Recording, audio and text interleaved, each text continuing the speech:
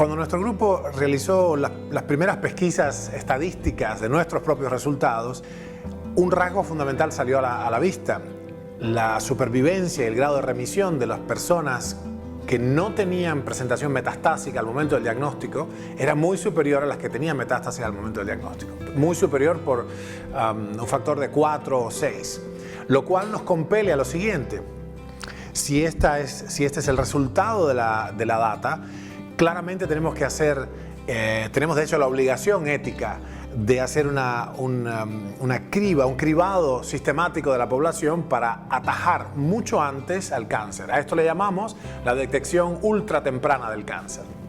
Así las cosas, nos dimos a la tarea de construir un sistema lo suficientemente robusto, barato y replicable en escala para la detección ultratemprana del cáncer. Lo que en realidad pasó, me adelanto a decirles, es que en realidad creamos un sistema para la prevención del cáncer. Más allá de que por supuesto que detecta patologías ultratempranas, quiere decir ultratempranas donde todavía la lesión es minúscula. Esto es lo que se conoce como una lesión infracentimétrica, que está por debajo de la resolución óptica de los aparatos de imágenes de hoy en día. Es más bien una pesquisa de biopsia líquida la nuestra, una pesquisa bioquímica. Entonces, a esta doble función, la función de la detección ultratemprana, que mejora dramáticamente la sobrevida y las posibilidades de erradicar la enfermedad, y el otro aspecto, que es el aspecto de la prevención, el concepto fundamental de esto, el sistema primario se llama Oncoanalytic. Oncoanalytic consta de un núcleo primario que es genómico, y tiene entonces una pesquisa posterior, este se hace una sola vez, el genómico por supuesto, y después tiene una pesquisa posterior que es periódica, que se hace 2 o 3 veces por año incluso, para cubrir todos los cambios circanuales que se producen. Un año de test es mucho tiempo para capturar pequeños detalles, y lo que hicimos fue echar mano de 2 tipos de marcadores. Una clase de marcadores son los marcadores tumorales, que son órganos específicos, llamémosle marcadores órganos específicos. Y otro tipo de marcadores que son sumamente sensibles, pero son inespecíficos, son del organismo como un todo, llamémosle entonces marcadores, creo que traducirlo al español, son marcadores sistémicos sensibles, son sistémicos y sensibles, ¿no? La cuestión es que son marcadores tumorales específicos, son órganos específicos, por ejemplo el PSA o el CA199, y marcadores sumamente sensibles, pero de la carcinogenicidad como un todo, no necesariamente de un órgano, como la LDH, vamos a poner acá CA199, PSA, neuroenolasa específica.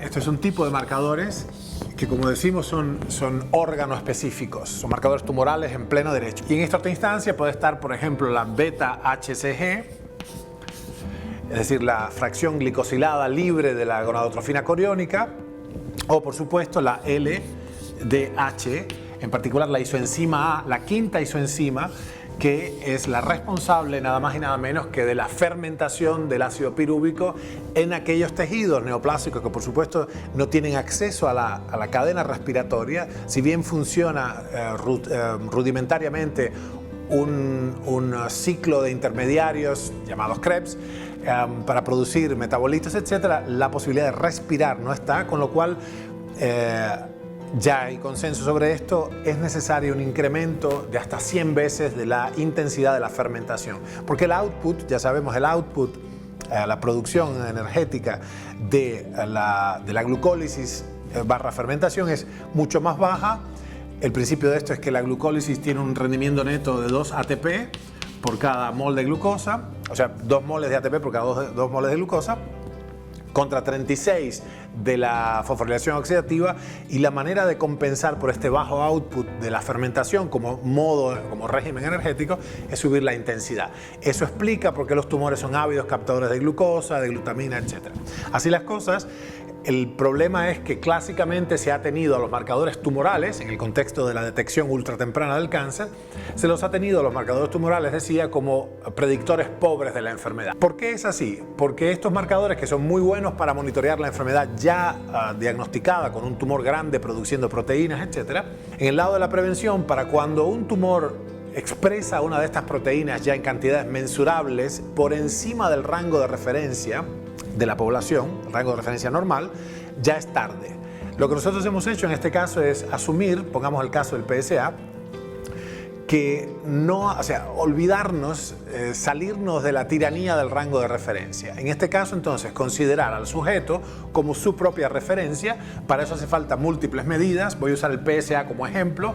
Se sabe que el rango de referencia del PSA es entre 4 y 0. Y este es todo el rango. Cualquier medida que yo tome año a año dentro de ese rango es considerada fisiológica, pero aquí están pasando cosas que no estamos detectando. Si yo tengo una serie de años y el marcador va subiendo,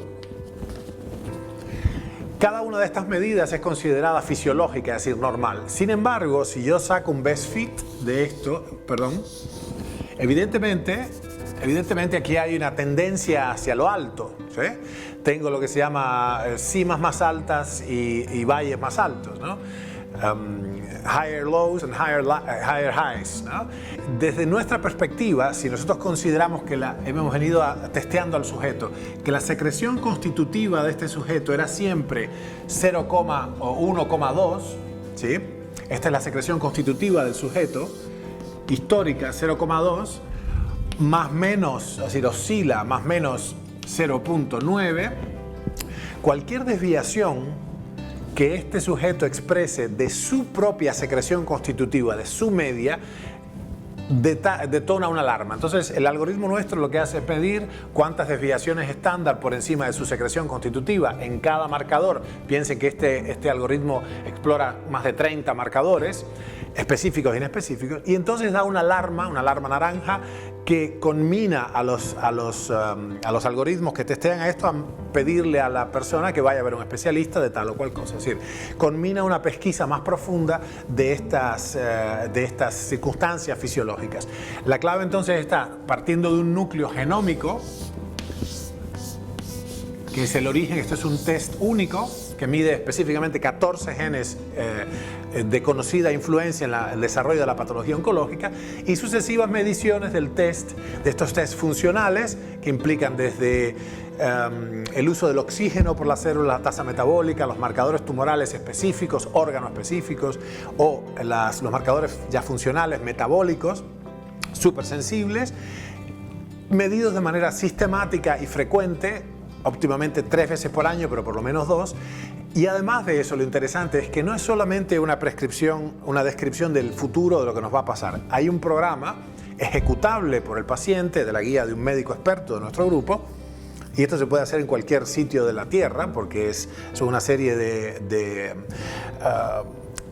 instrucciones realizables, comprensibles. Esto es lo que sería un abordaje a la prevención racional del cáncer, que lo que logran es la corrección de las tendencias negativas. Es decir, yo puedo entonces, en salud, haciendo este paneo que es tan profundo y tan sensible, ir corrigiendo por medio de apretar las clavijas necesarias, nutricionales, farmacológicas, fisiológicas y de otras áreas, psicológicas incluso, lograr que nunca encalle el barco. O sea, más allá de tener una solución para cuando el barco rompió su casco contra las rocas, tratar de que no llegue nunca, ¿no?